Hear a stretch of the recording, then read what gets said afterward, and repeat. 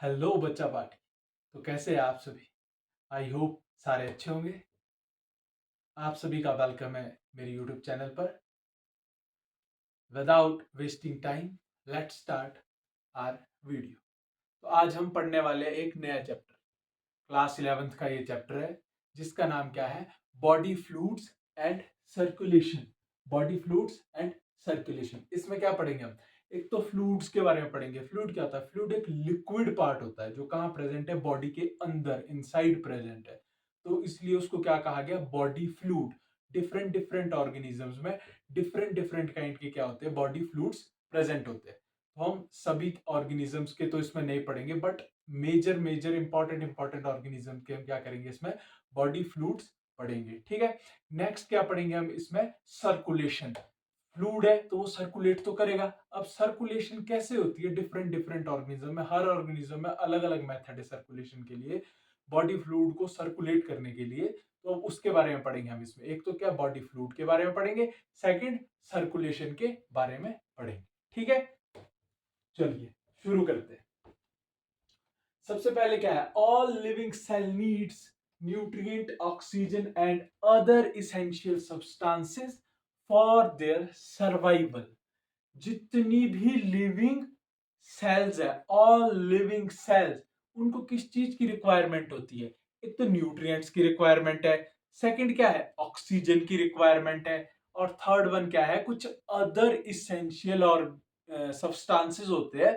उन essential substances की क्या होती है? रिक्वायरमेंट होती है जितनी भी लिविंग सेल्स होती है। क्लियर? तीन चीजें बताई मैंने मेजरली, ये ध्यान रखनी है आपने आपके एग्जाम पॉइंट ऑफ व्यू से।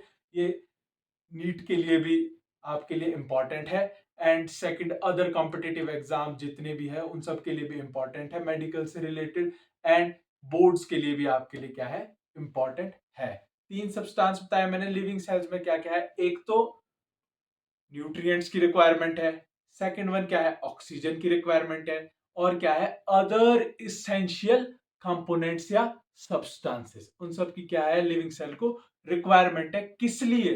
फॉर देयर सर्वाइवल, सेल को सर्वाइव करने के लिए। अब सेकंड वन क्या है? वेस्ट प्रोडक्ट के बारे में पढ़ेंगे हम इसमें। अब वेस्ट प्रोडक्ट क्या है?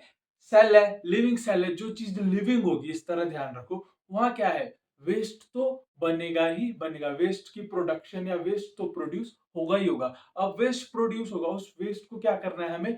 ट्रांसपोर्ट, या मतलब उस वेस्ट को क्या है? एग्जिट करना है हमारी बॉडी से, वेस्ट को बाहर निकालना है। दो चीजें होगी। क्लियर? सर क्या थी? Waste and harmful substances. Waste बना और क्या होगा? हार्मफुल सब्सटेंसेस भी प्रोड्यूस होते हैं कुछ। Waste harmful substances should be removed. Cell से क्या है? उनको क्या करना है? रिमूव करना है। Second, there should be an efficient mechanism for movement of these substances. दो चीजें पढ़ी अभी हमने। क्या पढ़ी? एक पढ़ी हमने क्या है? ऑल लिविंग सेल्स को क्या है? न्यूट्रिएंट्स की रिक्वायरमेंट है, ऑक्सीजन की रिक्वायरमेंट है, और क्या है? अदर इसेंशियल सब्सटेंसेस की रिक्वायरमेंट है। और सेकंड क्या पढ़ा हमने? कि बॉडी में या सेल्स के अंदर क्या बन रहा है? वेस्ट प्रोडक्ट बन रहा है, उन सबको क्या करना है? रिमूव, शुड बी रिमूव कर देना है।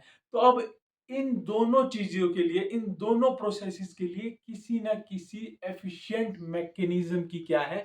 रिक्वायरमेंट है। कोई ना कोई मैकेनिज्म तो होना चाहिए जिसके थ्रू हम क्या करें? न्यूट्रिएंट्स, ऑक्सीजन या जो भी सब्सटेंसेस है जिनकी क्या रिक्वायरमेंट है सेल को, उनका इनटेक करना है, उनको लेना है, उसके लिए भी एक मैकेनिज्म चाहिए। अब जो वेस्ट बना बाद में, उस वेस्ट को एक्सपेल करने के लिए, उस वेस्ट को बाहर निकालने के लिए, सेल से या बॉडी से बाहर निकालने के लिए भी एक एफिशिएंट मैकेनिज्म की क्या है? रिक्वायरमेंट है। ठीक है। अब इसके लिए एफिशिएंट मैकेनिज्म होना चाहिए। वैसे all organism have different mechanism for this. इन दोनों प्रोसेसेस के लिए क्या है? डिफरेंट काइंड ऑफ ऑर्गेनिज्म में डिफरेंट डिफरेंट तरह के क्या है? मैकेनिज्म होते हैं। सेम नहीं होता सब में।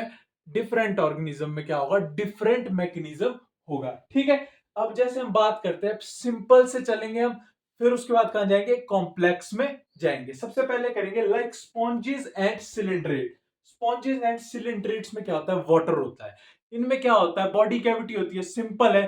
कोई कॉम्प्लेक्स चीज नहीं होती इसमें। इसमें क्या है, ये वाटर के थ्रू ही ऑक्सीजन का इंटेक करेंगे, न्यूट्रिएंट का इंटेक करेंगे, और जितने भी इसेंशियल सब्सटेंसेस हैं इनकी सेल्स को या बॉडी को रिक्वायरमेंट है उन सब्सटेंसेस की, वो किसके थ्रू करेंगे, वाटर के थ्रू ही इंटेक करेंगे। अब उसके बाद वेस्ट बनेगा, उस वेस्ट को भी किसके थ्रू एक्सपेल करेंगे, वाटर के थ्रू ही। समझो, सपोज दैट ये कोई एक ऑर्गेनिज्म, सपोज दैट हम मान लेते हैं थोड़ी देर के लिए ये स्पॉन्जेस है या कोई सिलेंडरेट है, तो इसमें क्या होगा, एक तो ओपनिंग होगी किस लिए, वाटर के लिए, वाटर की एंट्री के लिए।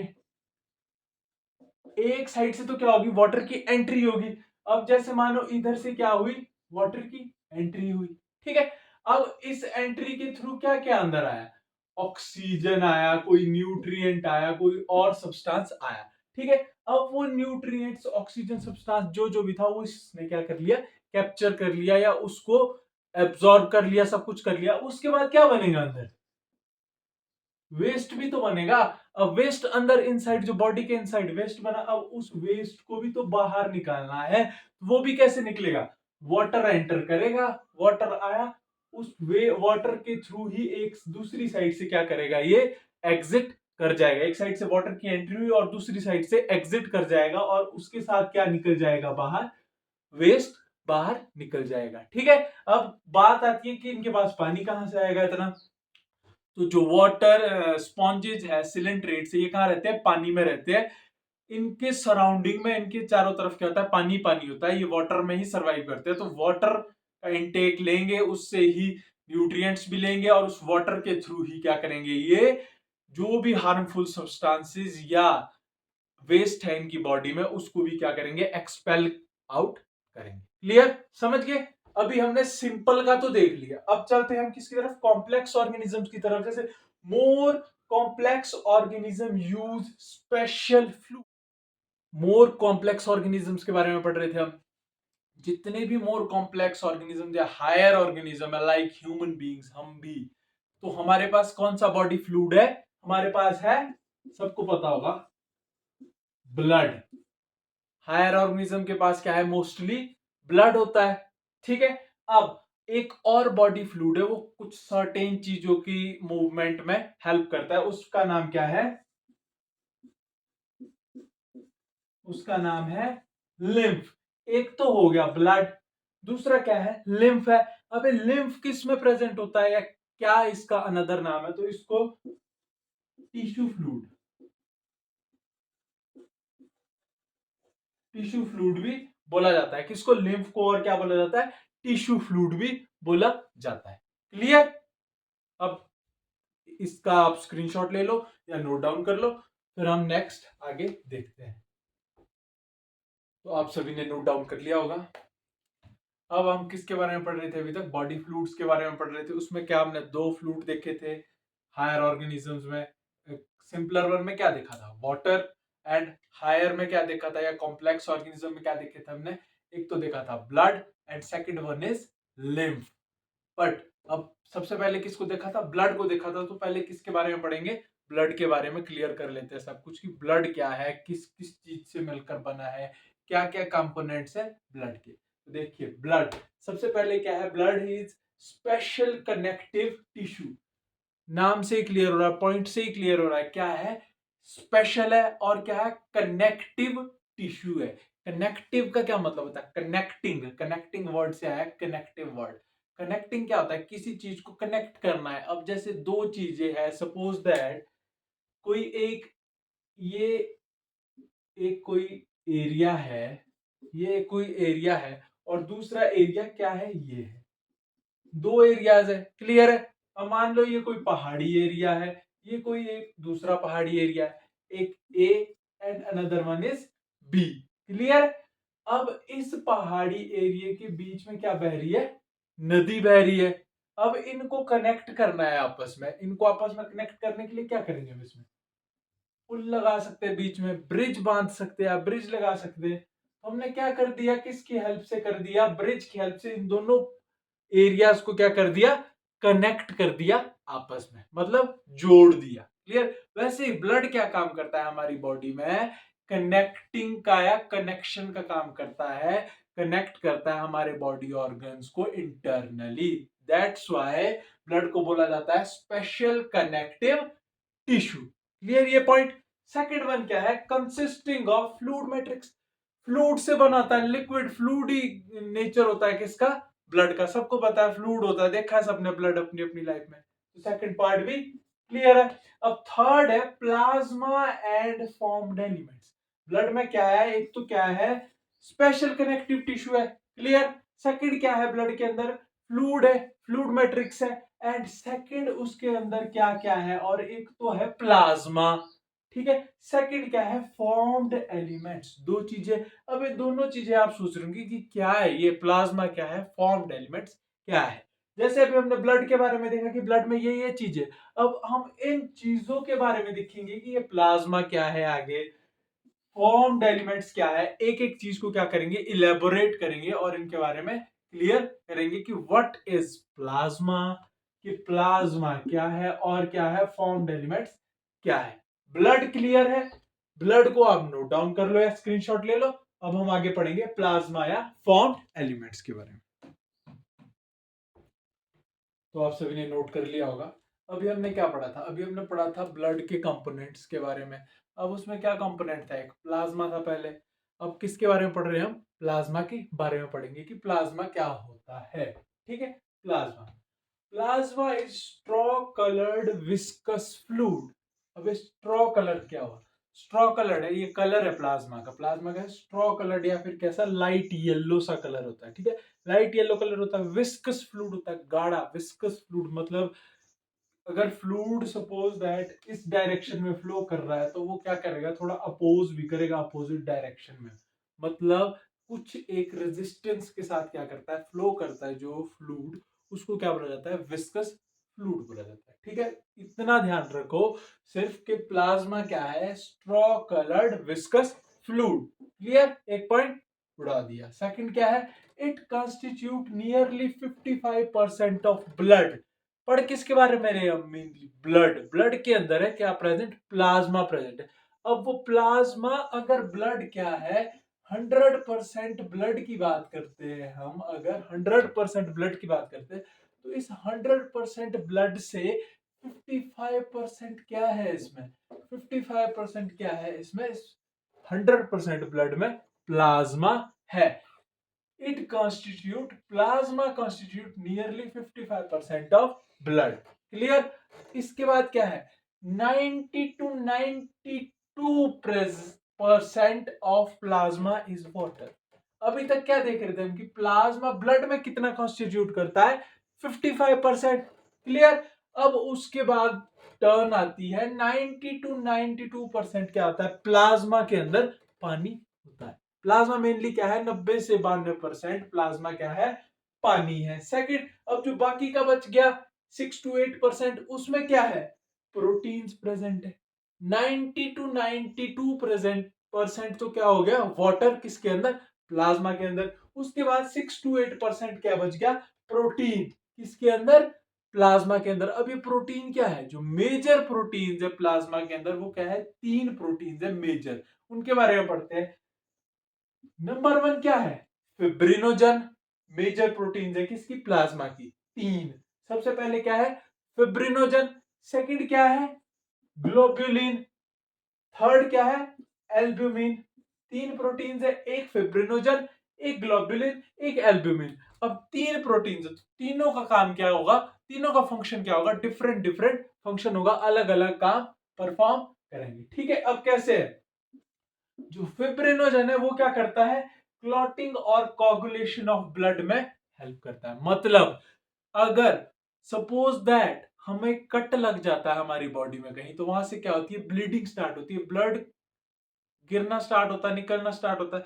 अब कुछ टाइम बाद हम देखते हैं कि वो खून गिरना या बहना बंद हो जाता है, रुक जाता है। कैसे रुकता है, वहां क्या बन जाता है, खून का थक्का बन जाता है, जिसको क्या बोला जाता है, ब्लड क्लॉट की फॉर्मेशन हो जाती है। उस ब्लड क्लॉट की फॉर्मेशन में कौन हेल्प कर रहा है, प्लाज्मा। बट उस प्लाज्मा में भी कौन मेजरली, उस प्लाज्मा के अंदर क्या है, एक प्रोटीन प्रेजेंट है। वो प्रोटीन हेल्प कर रही है उस ब्लड को क्लॉट करने में, उस खून के थक्के को बनाने में। अब उस प्रोटीन का क्या नाम है?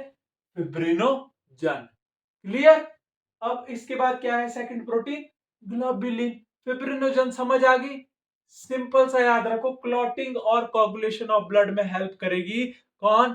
फिब्रिनोजन। एंड सेकंड है ग्लोबुलिन। ग्लोबुलिन हेल्प करती है इम्यूनिटी में, डिफेंस मैकेनिज्म में। क्लियर?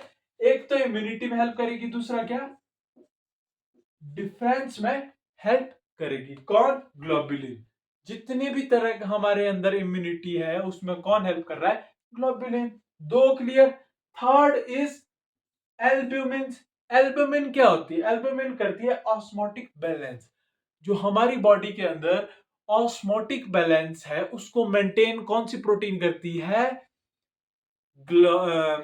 एल्ब्यूमिन। एल्ब्यूमिन क्या करती है? ऑस्मोटिक बैलेंस मेंटेन करती है हमारी बॉडी के अंदर। अब ये ऑस्मोटिक बैलेंस है क्या? ऑस्मोटिक बैलेंस मींस NaCl, मतलब सॉल्ट।